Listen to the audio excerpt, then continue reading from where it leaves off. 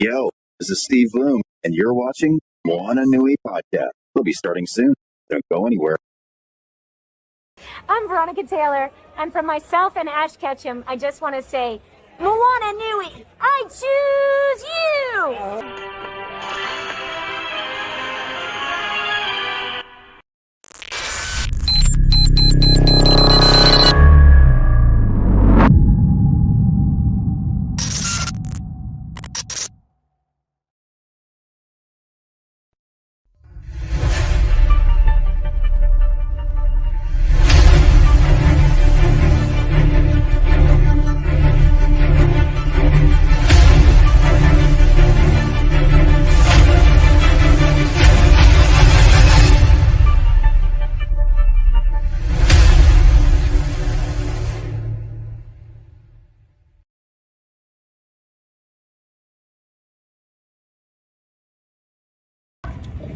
I like your ravenness today. Thank you. Did you see my shirt? I didn't. Oh wow, Uncle George, that's awesome. Oh my God, that's beautiful. I love George so much. Yeah. I mean, what an amazing person. Right? You know what I So mean? great. Absolutely. He was definitely our uncle. Yeah, Definitely you know for what? sure. I don't know where I'd be without him. You Right. know, 'cause my first big job was Cyborg, and Yeah. it's pretty amazing. He's the father of Cy. He really is. You know, of the two fathers, Marv and George. George. Here, let me put away because Serial asked me to do things, or think I'm asking her to do things. Right. I've just been out on the floor looking for Danganronpa cosplay because my son is a huge Danganronpa fan, and so I haven't learned nearly as much as I'd like to understand and know because he talks too fast. He says all the names too quickly. I've barely gotten to Junko, Nagito, and he's moved on to another one that is his favorite now, and I can't even remember her name.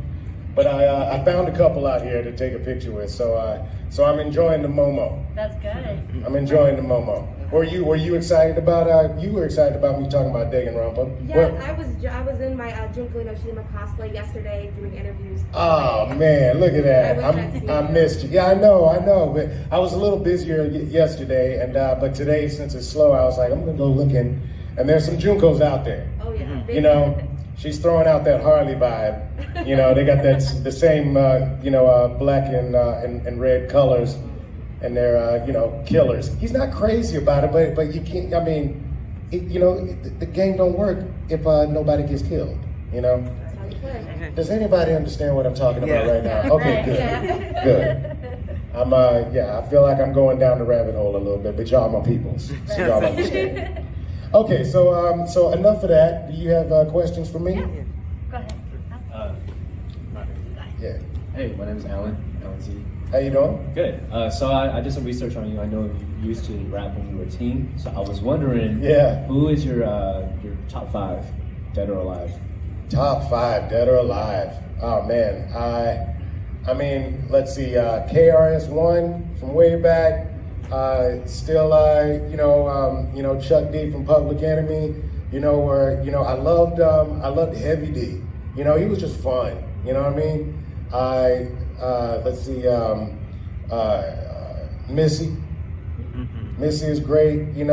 She's. I mean, you turn on Missy, man. It don't matter how old you are. Still, the party about to get started. Love Kendrick right now. I mean, I don't see how you can't, do anything but love Kendrick. Love J. Cole. I mean, I bounce around. I'm not as much in, into. All of the hip hop as I was, earlier in my years, but I try to keep up. Yeah. It's like, I mean, if it's good, it's good. Yeah. But Kendrick's on another level these days. I mean, I get goosebumps listening to him, and then I just work out to him because he keeps me going. Keeps me humble. Right? Absolutely. Julie? Normally I do Rebecca's job, so it's weird for me to get to ask the question. You're asking the questions. You do your thing. So first of all, I just want to give you a thumbs up and an I also have a Carter, but my Carter's with a Z. Yeah. Your Carter's a little older. I think your Carter's like 10 or 11, right? 13. Okay, so my Yeah. Carter is 8. Oh, wow. Okay, cool. He was here yesterday. Shout out for the Carters. So, but my question actually... Little Wayne reference, real weird. My Carter's a big fan of 90s, early 2000s hip hop. Oh, okay, there you go. When he was in pre-K, we did Tupac Valentine's. I love it. So my question is about being King Ezekiel. Yeah. What was one of your favorite parts of doing The Walking Dead, and any really interesting story you would like to tell about that? Oh man, there's so many stories, but I just love how he's connected with fans and people. There are hundreds, if not thousands of people that have tattooed, and yet I smile somewhere on their bodies and use it as a mantra to just get through life. Whether it be before the pandemic or during. The fans are obviously it's very popular and there are millions of fans and people that watch, but there's also that smaller percentage that really needed to see people struggling through the fight and through the fire, and knowing that people are trying to fight through it, a bad situation, and still find light in a dark place. And I think Ezekiel really connects with people that way, and I found a lot of really good feeling and purpose. It's like you get into this business, obviously to get on stage and perform and everything, but it's the connection that really keeps you going. And I've been able to feel that connection so much with people through King Ezekiel. But all of my stuff. But because of the popularity of The Walking Dead, I'm able to go all over the world and meet, also, my anime, fans as well, and Titans fans and Young Justice fans, and that's been the thing that really sticks with me. Yeah. Anybody else? Sierra? Like with the rapping, in Teen Titan. Yeah. Did you ever, like the rapping that you did on there, was that something that you wrote or collaborated? Sometimes we collaborate and we go back and forth. Pete Michael is our executive producer, showrunner, who took over for Aaron Horvath and Michael Jelinek, but he is really the epicenter of everything we do musically. He soaks up everything. I think he just listens to songs constantly, and we have the Warner Brothers catalog of songs that that's where we found what is it got me Catching Villains, Catching Villains, and The Night Begins to Shine, all of that. We found that in the Warner Brothers catalog, and he just listens to it and just soaks it all in. And he's written so many of the songs that we do. But yeah, every once in a while they'll be like, we need a song here, guys, write something. Greg Cipes and I, who I'm sure you're gonna interview at some point, we've collaborated on songs as well. So it's so much fun just to kind of open yourself to the possibilities. Yeah, I hadn't written this many rap songs since high school. Anybody else? Okay, go ahead. Oh, okay. So I was gonna say, given the shift over the past 5 years and the influx of our people being seen more, getting roles outside of the stereotypical black-coded characters, how hopeful are you for, future black voice actors? Oh, I'm very hopeful. I mean, listen, if I could get a job, then anybody who's determined and talented, that it's listen. I know incredibly talented people who just couldn't stay in it long enough, because it takes a certain amount of fortitude. There are so many people who want to do what I do that I'm lucky enough to do, and it takes more than talent. It takes a certain amount of stick-to-itiveness. It takes a certain amount of just letting the rejection roll off you, letting the rejection drive you, and a certain amount of luck. And I've certainly been lucky, but and I feel like even in the time that I've become a name in this business a bit, I've also started off being the only black guy, and then slowly over time, it's like now I'm having conversations with another black person, instead of feeling like I'm supposed to represent every black person in this particular show, and of course you can't, we're a diverse, group of people, and just like every group that you want to put in, it's about us finding kinship, but also understanding our individuality, and so to have to be in scenes with Kevin Michael Richardson and Phil Lamar and be like, all right, well, this is the guy who's representing the black people on the show, and you realize, no, these are just two human beings, who are very different. Sometimes I'm having a conversation, between Black Lightning and Calder, who are,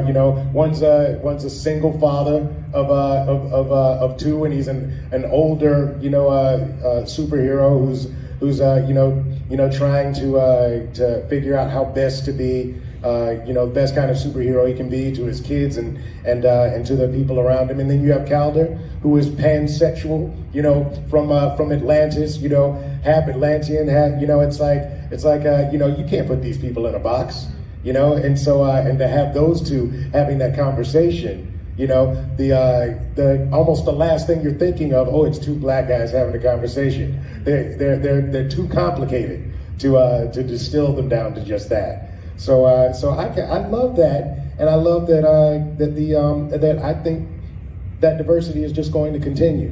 I think Greg Weisman and Brandon Vietti, especially on Young Justice, have worked really hard to round out, where we started, which was big hulking white guys, beating up the black bad guys, and and having characters who are black, who don't necessarily have to have black in their name. Like, we can already see it. You don't have to tell us. You have to put it in. In the 70s it was Black Panther, Black Manta, Black Lightning. And now you have Calder, who's been Aqualad and Aquaman. You can't even call him by those names. You just have to call him Calder because he's been too many different names. You gotta just call him his name. Yeah. So it's pretty cool. Yeah. One last question. Okay. We can take another if you need to. I know I'm long-winded, so and Greg is gonna slowly walk this way. But get your questions in. Cali boy. Yeah, exactly. Actually, Florida boy turned Cali boy. Yeah. Cali boy. First, my videographer is from Augusta, Georgia. All right. Shout out to Augusta, Georgia. Absolutely. And I've met so many people from Augusta. I left when I was like 5 or 6, and grew up in Athens. So, but every once in a while I'll make the trek out to Augusta. Absolutely. So we're a pop culture fandom site. Can you tell us about any of your favorite fandoms? Favorite movie, TV show, cartoon, celebrity encounter? Whether it's classic, retro, because I'm a latchkey kid from the 80s. So. Right. Oh man, I mean, I have so many fandoms. Obviously I get into what my kids are into. So I'm having fun running around finding Danganronpa cosplay. I was a Marvel kid growing up in the 80s, and my favorite character is Spider-Man because he was skinny and nerdy like me, and then he came alive, under different circumstances, and I felt like that was like me. You put me on stage, I come alive. I was kind of quiet. You wouldn't believe this, but I'm kind of quiet. I was kind of quiet growing up. But you give me a microphone or give me something to say and put me in front of people, and I kind of blossomed, And so I always felt that with Peter Parker, and then Miles Morales, I felt like he was like made just for me, So that was a thing. I had X Factor and X-Men growing up, Avengers, West Coast Avengers. I loved Hawkeye because I loved the the Robin Hood from Disney, you know, the Fox, you know. So Green Arrow and Hawkeye, just because they had a bow and arrow, I was like, well, I'm down with you, you know. So I remember getting West Coast Avengers because he was the leader of West Coast Avengers, and then from that I became a big Moon Knight fan because he joined West Coast Avengers, and that's the stuff I loved. I loved Doctor Strange actually growing up. It was so weird. I remember just thinking, man, it was so interdimensional. It's so funny to see all of these Marvel movies and things, you know, come up now that I remember thinking. I just remember thinking that Doctor Strange had a cool outfit, and he was always like falling into some mirror that was like taking him someplace weird, you know, and to see it actually happen, you know, in Multiverse of Madness is crazy. And like I said, my 13-year-old, it's like, man, I hope all of you one day get to have a kid and grow up to the point where they start to love the things that you love when you were a kid, you know, because there's nothing better than getting in the car and me and him going to see, you know, a Spider-Man or Doctor Strange, and you know, and it's like, and he's as excited as I am, you know. It's like it's crazy to make yourself a little buddy. I made myself a little buddy, you know. I've actually made 3, you know. So you know, and they all have their fandoms, and it's an exciting thing to be a part of. I highly recommend it. You know, no rush. Take your time, guys. I'm saying get done what you need to get done. I'm just saying that it's an awesome time. It's an awesome time. All right. Yep.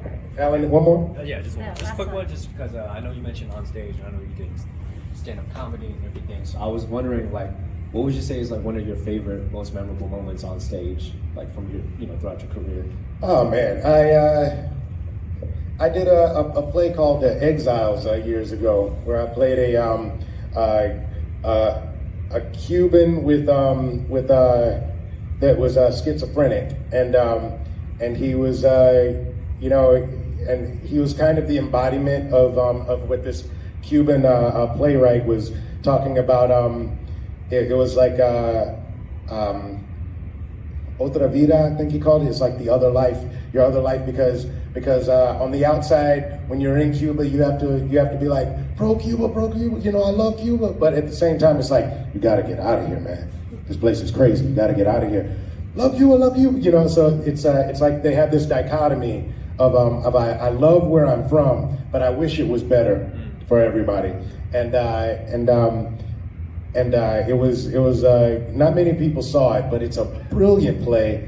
And I had many incredible connections on you know, from that show, and really enjoyed it. And every once in a while you have one of those moments where somebody's not listening, you know, to you, and it was one of those perfect moments where I had to say something to the effect of "listen to me," and there was somebody who wasn't paying attention, and he was right in the front row, right when I was supposed to say "listen to me," and I didn't say it to anybody but him, you know, and the rest of the show he was just.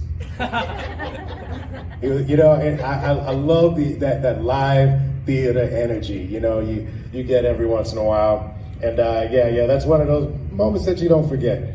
But yeah, there's nothing like live theater, you know, nothing like stand up. I love it. It's honestly time consuming, but you know what? I didn't have the stomach to sit in the back of a comedy club waiting to go on, and so I had to find my way some other way. But hats off, man, to the dudes and the ladies and gentlemen who stand back there waiting their turn to get up and end up blowing up because of it. Because man, everybody isn't built for it. I wasn't built for it, but I do love the experience. There's nothing like stand up. Absolutely.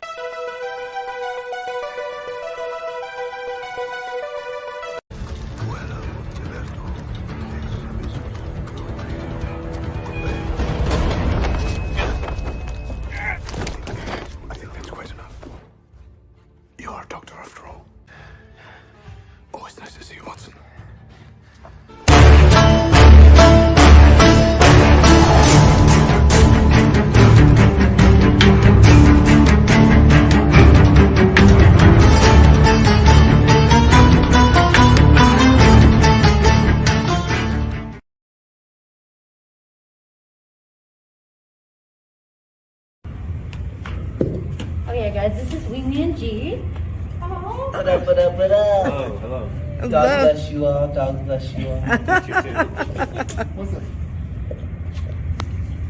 Come on, Quentin. How's your convention experience been? Great. I love Atlanta. Yeah. It's one of my hometowns. Nice. We're so glad to have you back. Thanks for having me. It's been too long with no cons. I know, right? Totally. You said you're from Florida, right?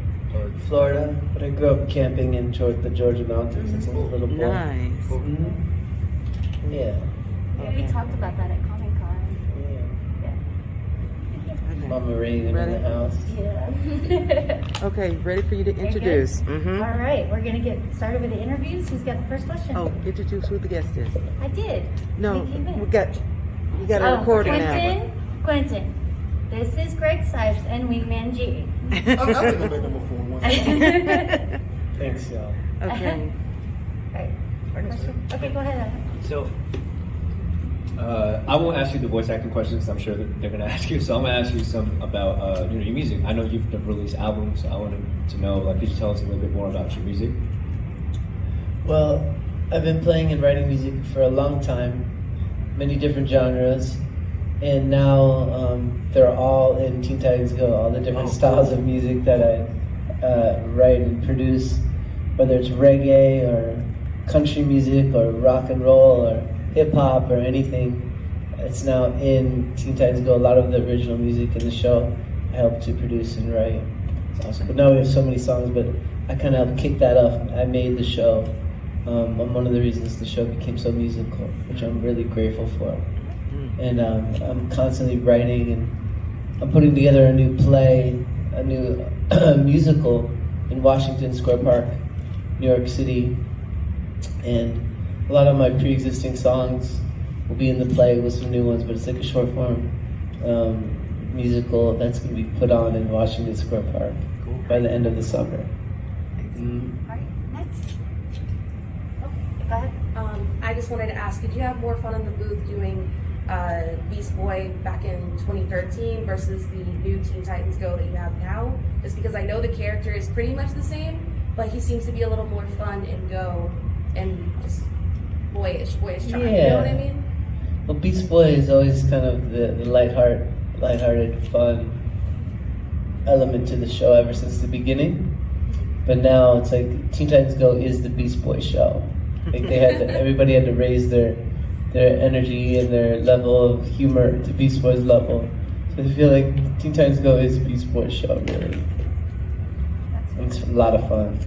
I'm all about comedy. I love things that make you laugh. And also comedy that has a great message to it. We teach a lot in our music and in our, whether it's the songs, the silly little songs that have messages in them. Each crazy episode has a beautiful message to it at the end, for sure. Like we teach about the gold standard, and I got to punch President Nixon in the face, which I love. And pyramid schemes and low-income housing and so many cool things we teach on Teen Titans Go.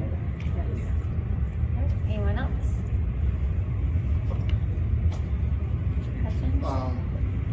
What's your favorite joke from Teen Titans? My favorite joke from Teen Titans?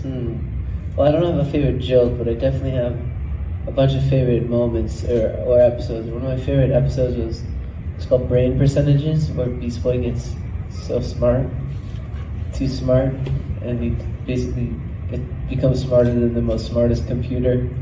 It's really a fun one. It was really fun to play. It's kind of like God.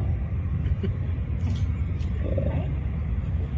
Out of the characters that you ever played and voiced, which one is your most favorite? That's a hard question. I love all the characters that I've been able to bring to life, like Iron Fist, being the first actor to bring Iron Fist to life, and seeing him kind of flower from me, helping to create that character in a lot of ways. Yes, he was in the comic books, but he was never who he is now today, based on me helping to co-create him. Similar, Beast Boy, I'm the first actor to bring Beast Boy to life 20 years ago. Beast Boy is forever me, and I continue to be able to bring him to life in many ways, many forms, many dimensions. And Michelangelo, playing Mikey from the Turtles, Teenage Mutant Ninja Turtles, I got to do my own version of Mikey. Even though I grew up on the Turtles, I made him completely fresh and new. But I am Mikey as well, so it was kind of a no-brainer. So being a creator of different trades, like when you're on the creative side as far as writing and stuff, like what kind of stories do you like to tell? I really like stories that wake people up. I like shaking the tree. I like teaching and putting messages and solutions in content and writing. So I like disrupting the system and using all the different mediums to do that. You might think it's a cute little cartoon, but I'm starting a revolution. Evolution, not revolution, really. I think there's a lot of great things that we can build upon. There's a lot of bullshit we can let go when it comes to the world's governmental systems. So a lot of what I make now and write has a lot to do with waking people up to the fact that we can create the reality we want to live in instead of this system that's destroying Earth and humanity. Right. Yeah.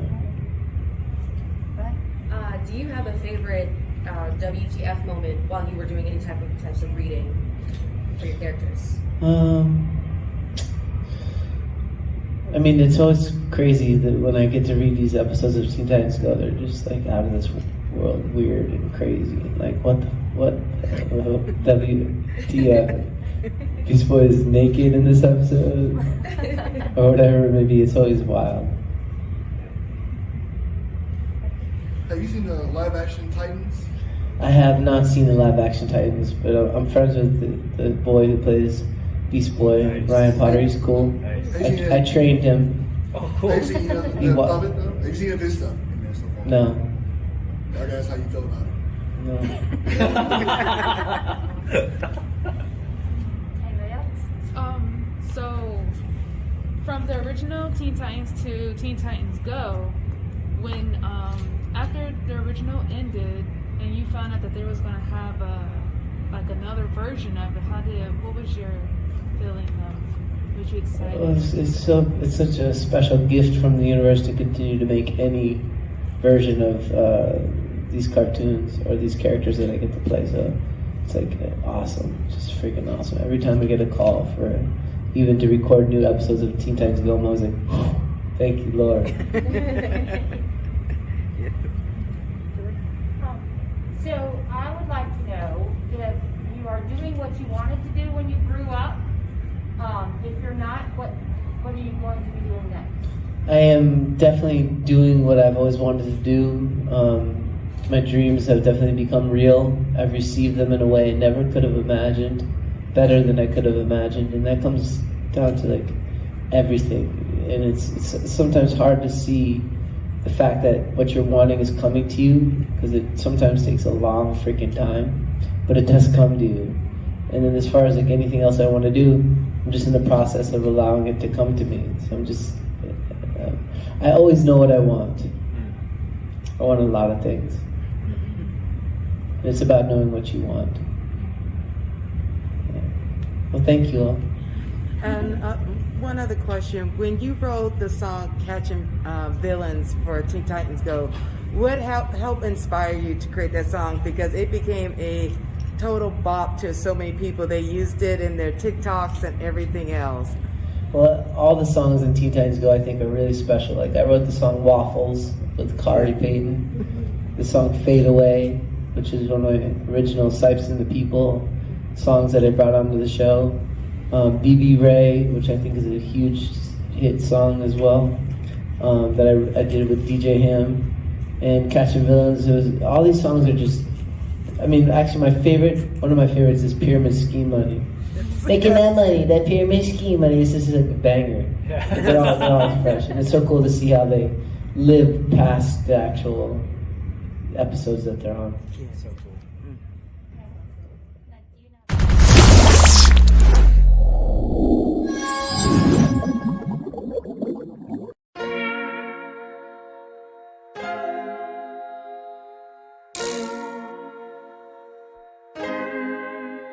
So many stories left to tell, even if we have to ourselves. Can't keep history on the shelf. If they won't tell it, we will. If this the land of the free, it was a freedom then, when they annexed Hawaii and called it cedar lands, without any type of payment and no signing off. Called themselves the Republic in 1894.